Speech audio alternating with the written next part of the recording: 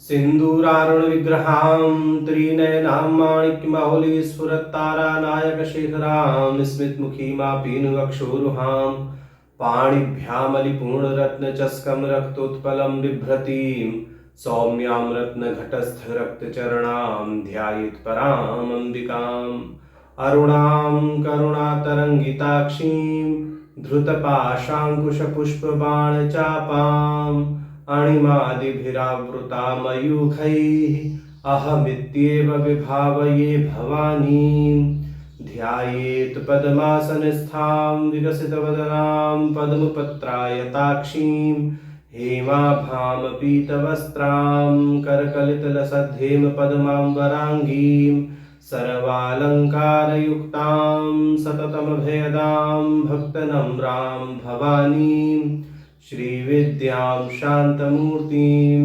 सकलसुरनुतां सर्वसम्पत्प्रदात्रीं नारायणी नमोस्तुते। ललिता सहस्रनाम सौभाग्य भास्कर भाष्य की श्रृंखला में हम भगवती के 657 नामों तक का भाष्य देख चुके थे। अब आगे 658 से 661 इन 4 नामों का भाष्य देखते हैं। तो इनका पाठ करते हैं 4 नामों का। इच्छा शक्ति, ज्ञान शक्ति, क्रिया शक्ति स्वरूपिणी, सर्वाधारा सुप्रतिष्ठा सद सद रूप धारिणी।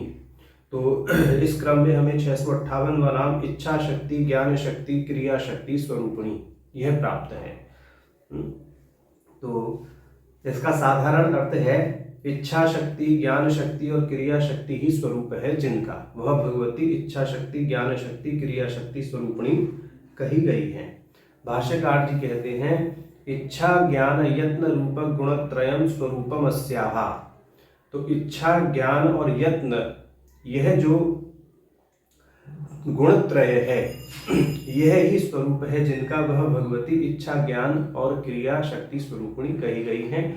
यहाँ भाष्यकार जी क्रिया शक्ति को यत्न पद से कह रहे हैं, उसका वह स्पष्टीकरण आगे कर देंगे लिंग पुराण के आधार पर। अब आगे कहते हैं उक्तंच संकेत पद्धतम, कि संकेत पद्धति नामक ग्रंथ में कहा गया है इच्छा शिरः प्रदेशश्च ज्ञानश्च तद अधोगता क्रिया पदगता ह्यस्याः एवं शक्ति त्रयम वपुः। कि जो भगवती हैं उनका जो शरीर है वह शक्ति त्रयात्मक है। किस प्रकार से है? इच्छा शिरः प्रदेश, जो इच्छा शक्ति है वह उनका सिर है। ज्ञानश्च तद अधोगता, और जो ज्ञान है माने ज्ञान शक्ति है वह उनका मध्य भाग है, माने सिर के नीचे जो भाग है, सिर के नीचे का भाग, सिर से अधर भाग जो है वह ज्ञान शक्ति कही गई है।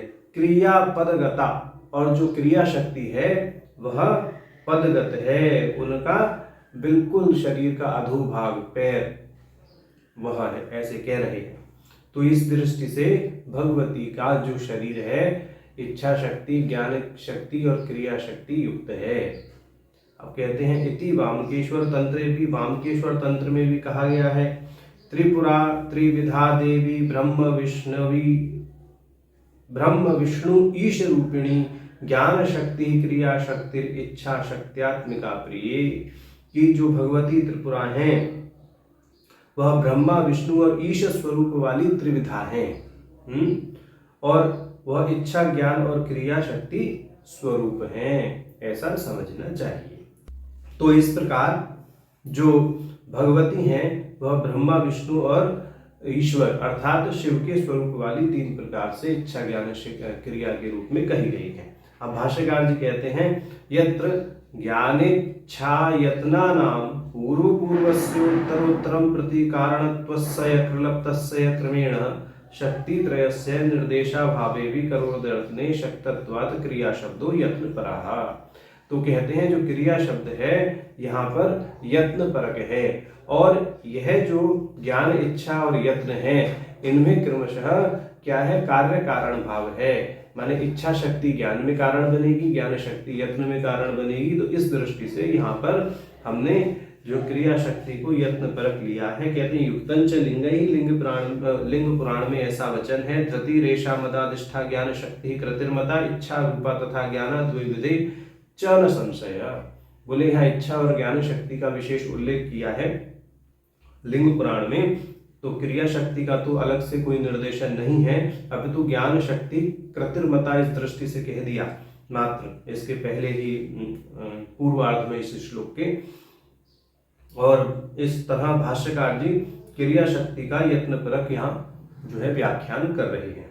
अब आगे कह रहे हैं चलनात्मक क्रियापरा एव वा, माने जो क्रिया शक्ति है चलनात्मक भी है, गमनार्थक भी है, तो इस दृष्टि से भी उसका अर्थ समझना चाहिए। गमन यत्न है, इस दृष्टि से जो क्रिया शब्द है और जो क्रिया शक्ति है उसको समझना चाहिए। कहते हैं साचा पंच विधा इति उत्तम यज्ञ वैभव खंडे, और यह जो क्रिया है यह क्रिया 5 प्रकार की कही गई है। क्रिया शक्ति का ही अभी यहाँ स्पष्टीकरण कर रहे हैं। अब वह 5 प्रकार की क्रिया शक्ति क्या है, यज्ञ वैभव खंड सूत्र संहिता के आधार पर कहते हैं स्पंदश्चैव परिस्पंदः प्रक्रमः परिशीलनः प्रचार इति विद्वद्भिः कथिता पंचताः क्रियाः।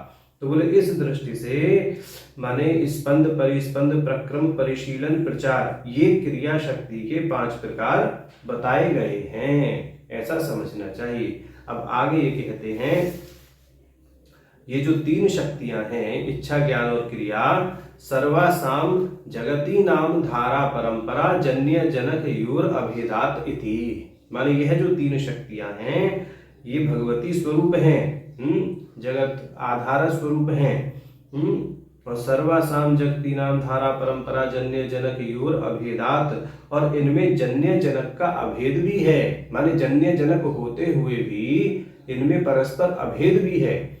माने इच्छा शक्ति ज्ञान शक्ति और क्रिया शक्ति में जो पहले कार्य कारण भाव भाष्यकार जी ने कहा है, अब उसी बात को यहाँ पर स्पष्ट ये भी कर रहे हैं कि चलो कार्य कारण भाव तो है ही, परंतु ये जो जन्य जनक भाव या कार्य कारण भाव है इसका जो है अभेद भी यहाँ पर मानना चाहिए। किस दृष्टि से मानना चाहिए, तो मालिनी विजयोत्तर तंत्र का यहाँ यह प्रमाण दे करके स्पष्ट कर रहे हैं। यासा शक्तिर जगत धातु कथिता ब्रह्मणः परा इच्छात्वं तस्य सा देवी शिश्रुतो प्रतिपद्यते एवमेतद् इति ज्ञेयं नान्यथा इति सुनिश्चितं ज्ञापयन्ते झटित्यन्यंत्र ज्ञान शक्तिर्निगद्यते एवं भूतमिदं वस्तु भवितव्यति यदा पुनः ज्ञात्वा तदेव तद्वस्तु कुर्वन्यत्र क्रिया उच्यते। बोले इस दृष्टि से यहाँ पर व्याख्यान किया गया है। इसका सरल शब्द में अर्थ यह है कि एक ही शक्ति इच्छा शक्ति का रूप धारण करती है।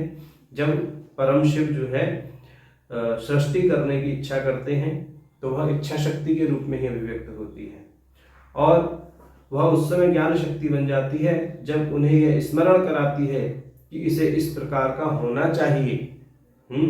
और जब वह जानकर क्रियान्वित करते हैं तो वह क्रिया शक्ति हो जाती है। माने वस्तुतः शक्ति तो एक ही है, परंतु वह प्रयोजनवश भिन्न भिन्न नाम से कही गई है, ऐसा समझना चाहिए। तो ऐसा यह भाष्यकार जी ने स्पष्ट किया है। अब आगे हमें 559वां नाम प्राप्त है सर्वाधारा। सर्वाधारा नाम का साधारण अर्थ है सभी का आधार है, जो वह भगवती है सर्वाधारा। तो इसका भाष्यकार करेंगे सर्वम आधारो यस्या इति वा, सभी का आधार है जो, ऐसा भगवती का नाम का भाष्य इन्होंने किया। अब इसका व्याख्यान करते हैं कि सबका आधार वह किस प्रकार है। सर्वेषु अंतर्यामी तया स्थिता इति यावत, जो सभी जीवों में अंतर्यामी ईश्वर की दृष्टि से विराजमान है, स्थित हैं, वह भगवती सर्वाधारा कही गई हैं। सर्वेषाम आधार रूपा इति वा, और सभी में आधारभूता यानी चेतना शक्ति है जो, वह भी सर्वाधारा नाम से कही गई हैं। कहते हैं तदुक्तम मार्कंडेय पुराणे, मार्कंडेय पुराण का वचन दे रहे हैं।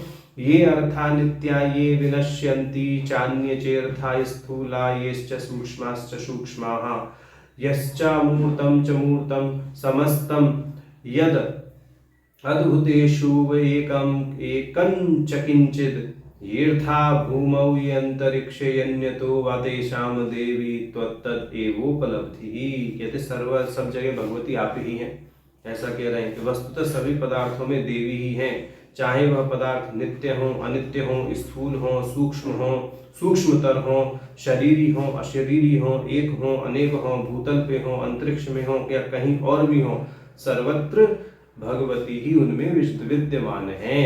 ऐसा यह मार्कंडेय पुराण का वचन देकर के यह अपनी बात को पुष्ट कर रहे हैं। तो इस दृष्टि से भगवती सर्वाधारा सिद्ध होती है। अब अगला नाम है सुप्रतिष्ठा। तो सुप्रतिष्ठा नाम के भाष्य में भाष्यकार जी कहेंगे, शोभनाम प्रतिष्ठा जगतो अधिष्ठानम सुप्रतिष्ठाख्य विंशति अक्षर छंदो विशेषावा। तो ये कह रहे हैं जगत के अधिष्ठान रूप में प्रतिष्ठित होने के कारण, शोभित होने के कारण उन्हें सुप्रतिष्ठा कहा गया है, अथवा 20 अक्षरों का एक छंद विशेष सुप्रतिष्ठा नाम से जाना जाता है। तो जो भगवती समस्त जगत के अधिष्ठान रूप में शोभित हैं, प्रतिष्ठित हैं, वह भगवती सुप्रतिष्ठा कही गई हैं, अथवा जो 20 अक्षरों का छंद सुप्रतिष्ठा नामक है, उस छंद के रूप में जो अभिव्यक्त है वह भगवती सुप्रतिष्ठा नाम से कही गई है। अब 661वां नाम है सद असद रूप धारिणी। तो सत और असत दोनों ही जिनके स्वरूप हैं, माने सत वह वस्तु जिसकी अर्थ क्रियाकारिता हो, और वस्तुतः देखें श्रीमद् भगवद गीता के अनुसार ना सतो विद्यते भावो न भावो विद्यते सतः। जो सत है उसी का ही सर्वत्र भाव होता है, असत का तो भाव होता ही नहीं। तो यहाँ पर सत तो समझ में आता है, सद माने ब्रह्म, और असत को यदि व्याख्यान में हम देखेंगे, अभी जो भाष्यकार जी करेंगे, यदि सत को ब्रह्म माने तो असत को क्या माने, माने नित्य अनित्य का भेद कर लें। जो नित्य है वह सत है, जो अनित्य है वह असत है। तो माने इस दृष्टि से जो सत है वह ब्रह्म हो गए, और जो अनित्य वस्तु जगत है वह असत हो गई। तो इस दृष्टि से भाष्यकार जी भाष्य में प्रारंभ में ऐसा कहेंगे, बाद में कहेंगे असत का अर्थ है जो अभिव्यक्त ना हो, अभिव्यक्ति की जिसकी अभिव्यक्ति ना हुई हो उसको असत, मतलब जैसे ब्रह्म पूर्व में एकमात्र ब्रह्म ही थे, या ब्रह्म ही परम ब्रह्म ही था, वह परम ब्रह्म जब तक अभिव्यक्त नहीं हुआ तब तक यह जगत असत माना गया। इस दृष्टि से माने अभिव्यक्ति नहीं हुई ऐसा, और फिर चूंकि यह जगत अनित्य है तो इस दृष्टि से इस जगत को असत मानो। तो ऐसा करके भाष्य करेंगे भाष्यकार जी, और फिर बाद में कहेंगे जो सत और असत, भाव और अभाव दोनों रूप में अभिव्यक्त है, इसलिए भगवती को सद असद रूप धारणी कहा गया है। तो इस दृष्टि से हमने आज भगवती के 658 से 661 इन 4 नामों का भाष्य देखा। नारायण।